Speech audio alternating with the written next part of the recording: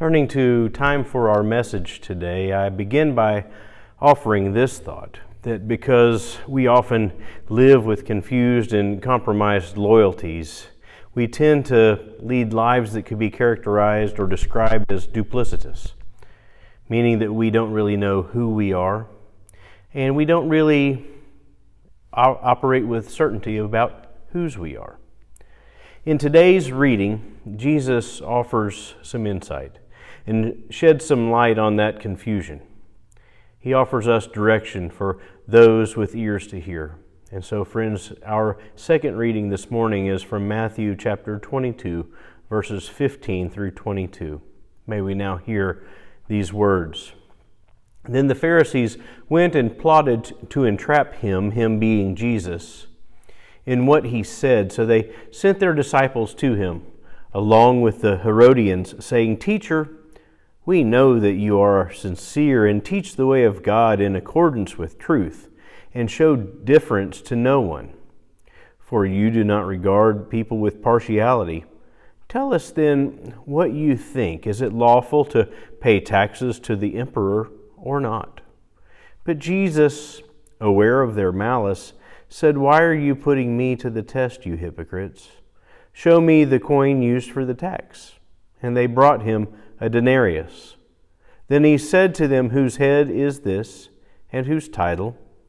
They answered, "The emperor's."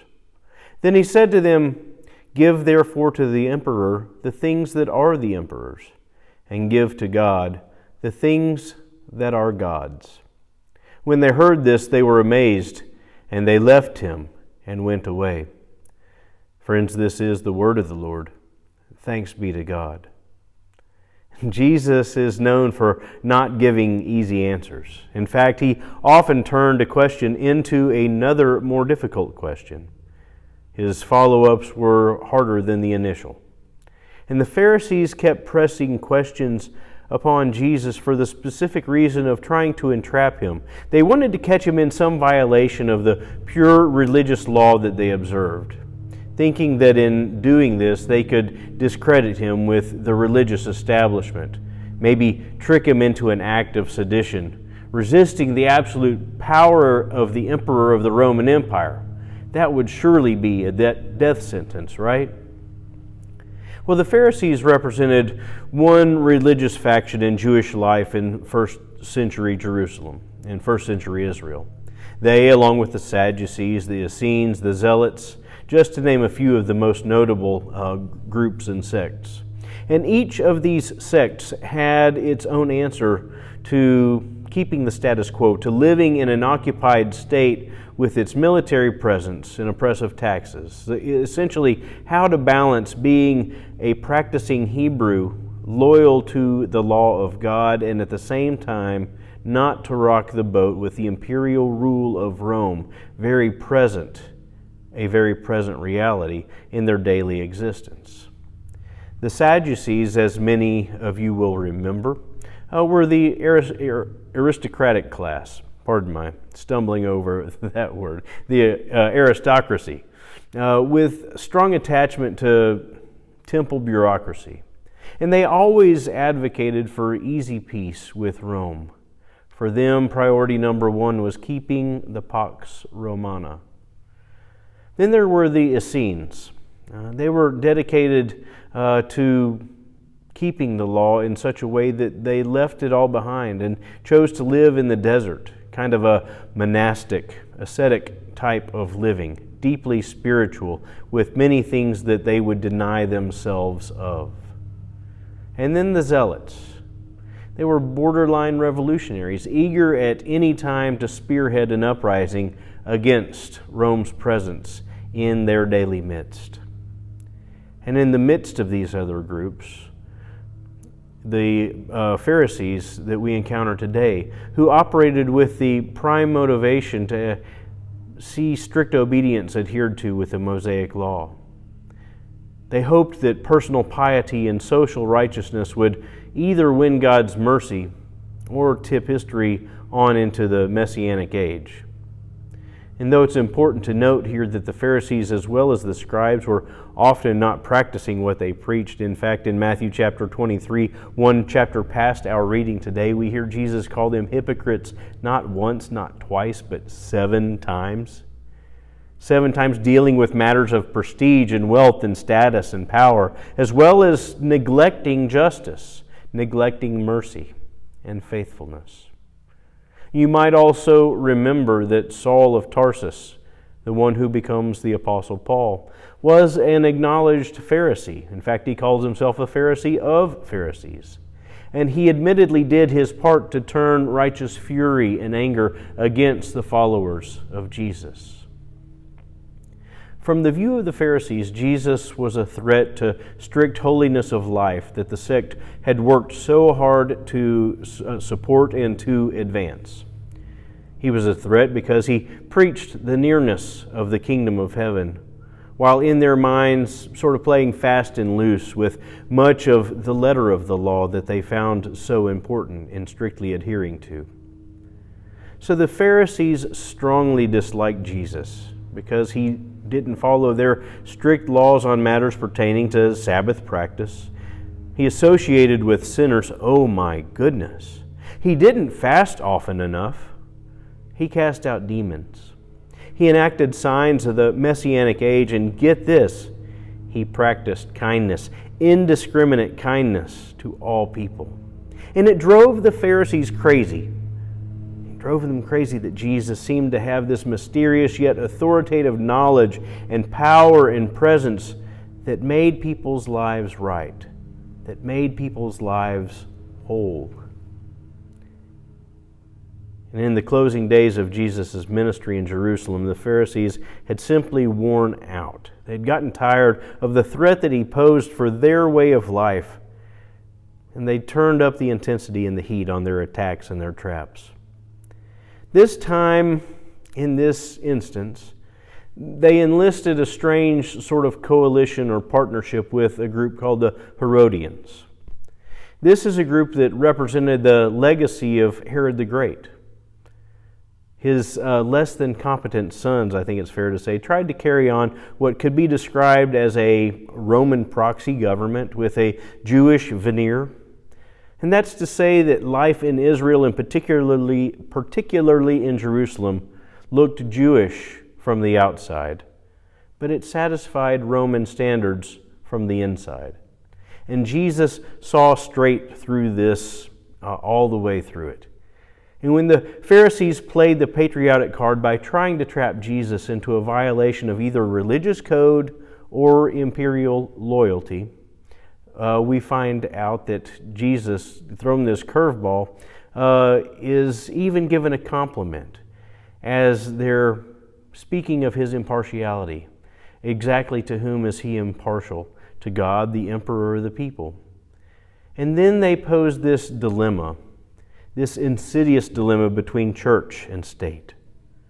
Surely they could now catch Jesus, right? But Jesus, again, sees through it all. They thought they could catch him mixing religious values with state values. Is it lawful, they asked, to pay taxes to the emperor or not? And again, it's helpful to remember that lawful here, technically, refers to the Jewish religious code. Okay? The laws of Moses, Mosaic law, Hebraic law. And in fact, almost all Jews believed in their heart of hearts that paying taxes to Rome was borderline blasphemous. Their loyalties can get mixed easily, right? But they swallowed strict code and paid the taxes anyway, because paying taxes kept them in the good graces of Rome. And being in the good graces of Rome allowed them to keep up their preferred status quo. Life as they knew it would not have to change. But not paying taxes to the emperor, well, that obviously was an act of sedition. So what is it, Jesus? What is it, Jesus? And they underestimated Jesus. They knew Roman taxes were paid with Roman currency. They knew offerings to God, if paid in the temple, could be paid only with coins that were deemed kosher or with animal sacrifices as prescribed by their strict religious laws. purity of offering was most important when offered to God Himself.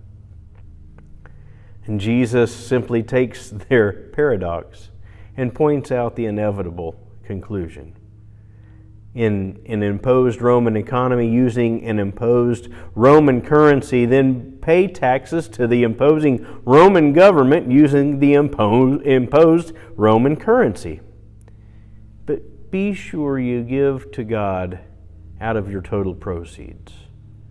So Jesus turned a question into another question. Holding a Roman denarius, Jesus asked, "Whose head is this, and whose title?" Obviously, the answer is that it is the emperor's image, making his point by implication. Then Jesus moves in to make his main point. Give to God the things that are God's, knowing that we all know, or should know, that all things are God's. When we speak of things of this world and things of eternal value, we know that things that are God's are the things that truly last. And so when Jesus says this, in today's terminology, it's essentially a mic drop moment. Boom. There, he's done it. And the Pharisees knew Jesus had entrapped them. They knew in their heart of hearts that all things belonged to God, even Roman taxes, albeit provisionally, and amazed this band of Pharisees, again struck by this mic drop moment, simply left him and went away. They're silenced. Zip it, right? Nothing left to say. Jesus' words and actions present us, however, with the dilemma that we would probably rather not face. And that's this, another question. Does loyalty to God outweigh all other loyalties, even loyalty to a nation and a government? Could we ever really have to decide that there's a boundary of values and ultimate loyalties between the church and state? What happens in our world when Christians conflate faith and nationalism and patriotism? And do we sometimes manipulate one and use it in the self-interest of the other? These are hard questions, and they're timely questions. And there are, unfortunately, no easy answers. Somehow we sidestep these important questions, offering for simpler discussions. But Jesus brings us back on point. Give to Caesar the things that are Caesar's, and give to God the things that are God's. And friends, this concept is about more than taxes and stewardship. Ultimately, it's about loyalty. And remember Miss Michelle's way of saying that Jesus is number one in my life? And that little neat little pipe cleaner ichthus that she had? Just a simple reminder that number one is Jesus. And what is more, could it be that what Jesus taught at the core of His life can help us in our discussion even more? For Jesus was clear that the main thing is to love God with all of our heart, soul, mind, and strength, and to love our neighbors as ourselves. Friends, that's a little bit of a preview, a commercial for next week's message from the later portion of Matthew chapter 22.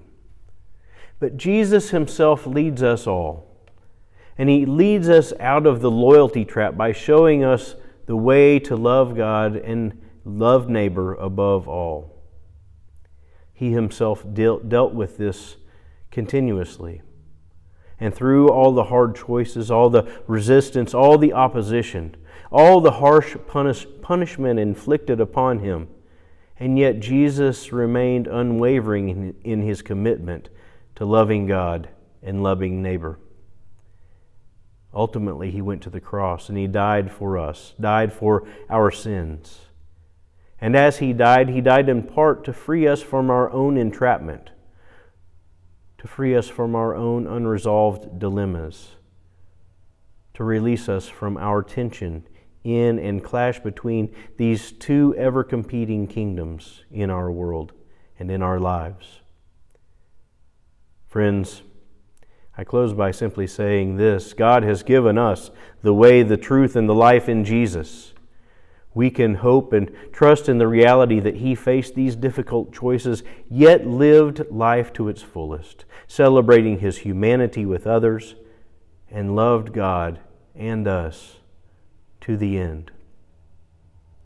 Again, as we close, we can pray to God that we can be given assurance that we too can live in this tension and yet remain faithful, and yet aspire to the example of our Lord Jesus Christ. May God bless us in this endeavor today and always. Amen and amen.